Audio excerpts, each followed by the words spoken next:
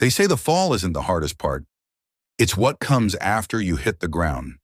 That strange silence, that eerie stillness. What you've just experienced is something people often describe as an ego death. Maybe it happened through a spiritual shift.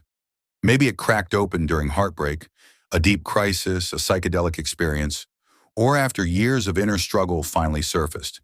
However it unfolded, you felt it. The identity you once clung to, the self you curated, protected, performed, collapsed. And for a brief moment, there was peace. Maybe even a sense of liberation. But now you're in the aftermath. No clear goals, no drive, no solid identity to hustle for. Just this unfamiliar space where your old self used to live. And this is where many people drift. We're told awakening means floating in bliss forever, but in truth, it's messy, disorienting. It can feel like you're lying on the floor of your own life, unable to recognize anything that used to matter. And this strange void is something the Swiss psychologist Carl Jung spent much of his career trying to understand. He spoke of the collapse of the persona, the social mask we wear to fit into the world. When that mask slips, we start to see just how much of our life was shaped by fear, conditioning, and the need for approval. But Jung didn't view this collapse as the end. He saw it as the start of something far more authentic, a new kind of becoming. But how do we move from that hollow post-collapse space into real soul-aligned action? How do we rebuild without defaulting to the same patterns? That's what we're going to explore in this video. And I promise it's not about becoming more productive. It's about something deeper. How to connect to inner motivation, the kind not tied to identity or validation, but to truth. Jung's work offers us profound clues if we're willing to listen. So stay with me to the end, because we're going to flip everything you thought you knew about purpose, direction, and how to navigate life after ego death. Not to return to the old you, but to uncover the version that was always waiting underneath. Let's start here. After ego death, most people end up in what feels like the void. Not exactly depression, not quite numbness, but a strange floating disconnection. The goals you used to chase, they feel meaningless. Success, status, being somebody, empty. Even affirmations feel fake. Vision boards, dust collectors. It's not that you lack motivation. It's that the self you used to be motivated for no longer exists. Jung called this the beginning of individuation, a process, not a destination, where we begin integrating parts of ourselves we didn't even know were there, the parts we repressed, denied, or judged. It's about slowly discovering the self with a capital S. Not the ego self, but the deeper, truer you. He once wrote that within each of us is another unknown figure. One that speaks through dreams, feelings, even art. One that sees us differently than we've seen ourselves. This isn't about force, it's about attunement. But let's be honest, this phase, it's confusing. It can feel like you're stuck in molasses. You're not lazy, you're recalibrating. You're realizing how much of your life was built on survival instead of sovereignty. So if you're in that place right now, no urgency, no clarity, no fire, don't panic. You're not broken. You're in transition. Jung believed the unconscious doesn't abandon us. It speaks in symbols, nudges, synchronicities, and quiet insights. The challenge? Staying open. The new self can't be manufactured, but it will emerge. Before we continue, if you're someone who's hungry to explore life beyond the surface, consider subscribing to Fractal Wisdom, a space for soul-deep conversations, clarity, and truth. Now back to where we are, floating in the aftermath. It's strange, isn't it? You're not doing much, yet you're exhausted. You want to create, to move, to care, but your body and mind feel unsynced, heavy, slow. Here's the paradox. What if the thing keeping you stuck isn't the emotion itself, but your resistance to it? It's counterintuitive. But every time you feel tired and judge yourself for it, you're not resting. You're wrestling. You're burning energy trying to be in a different state than the one you're in. And that is what drains you. Jung famously said that what we resist not only persists, it grows. He was talking about the human shadow, the rejected parts of ourselves we've disowned. When we resist our own truth, we splinter, we fracture, and we start leaking energy just trying to maintain the illusion of, okay. But what happens when we stop pretending? What happens when we let ourselves be tired, fully?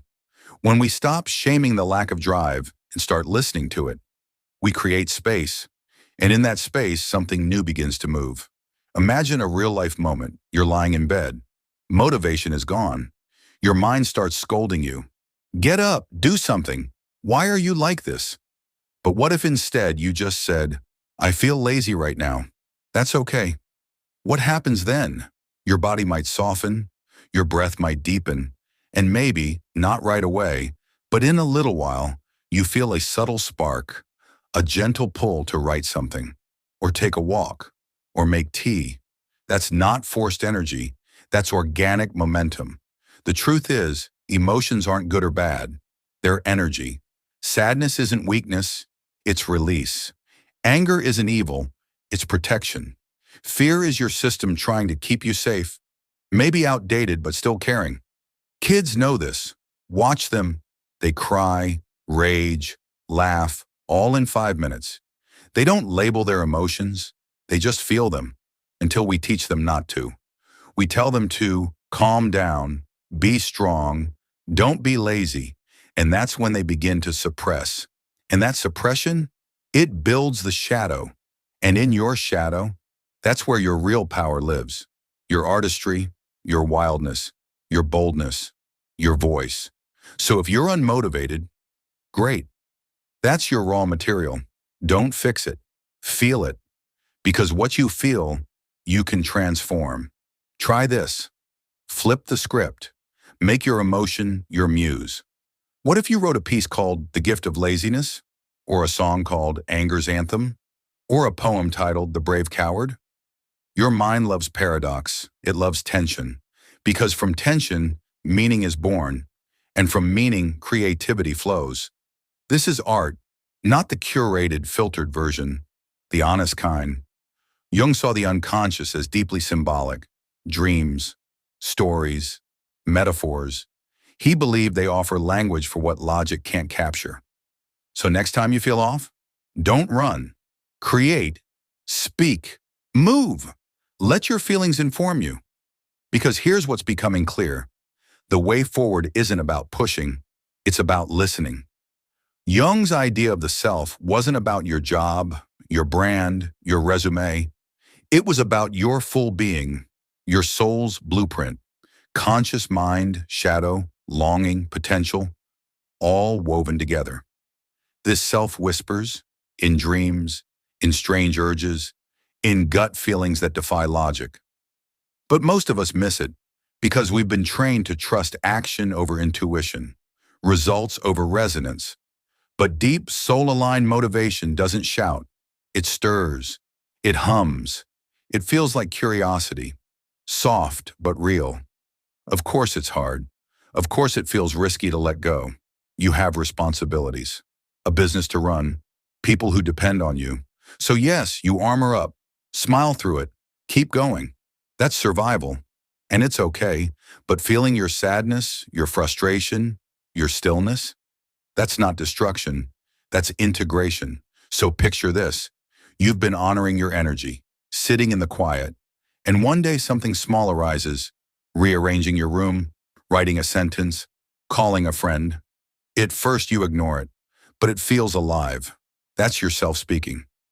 Jung called this bridge between the conscious and unconscious the transcendent function. When both parts of you communicate, something new is born. A third way, a new path, not forced, but revealed. And yes, it's hard to trust. We live in a world obsessed with hustle, with achievement, with doing.